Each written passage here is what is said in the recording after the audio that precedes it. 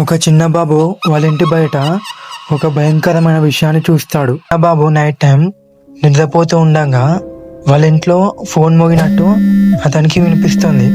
అయితే హాల్లోకి పోయి ఆ ఫోన్ లిఫ్ట్ చేస్తాడు. అతను ఫోన్ లిఫ్ట్ చేయగానే వాళ్ళ నాన్న మాట్లాడతాడు. ఆ ఫోన్లో వాళ్ళ నాన్న మాటలు విని ఆ చిన్న బాబు చాలా భయపడతాడు. ఎందుకంటే వాళ్ళ నాన్న ఇంట్లోనే పడుకొని ఉన్నాడు. ఆ నెంబర్ కూడా వాళ్ళ నాన్నదే ఉంటుంది.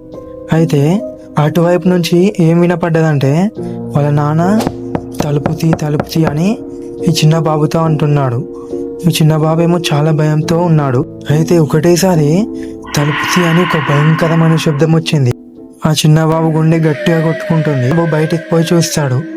అయితే బయట అతనికి ఏం కనిపిస్తుందంటే బాయికాడ ఒక నల్లటి ఆకారం కనిపిస్తుంది. అది ఏడుస్తూ ఉందంట. అది విని ఆ చిన్న బాబు గట్టిగా వదులుతాడు. ఇది ఒక హర్రర్ స్టోరీ అన్నట్టు. ఈ స్టోరీ కనుక మీకు నచ్చుంటే లైక్ చేసి సబ్స్క్రైబ్ చేసుకోండి.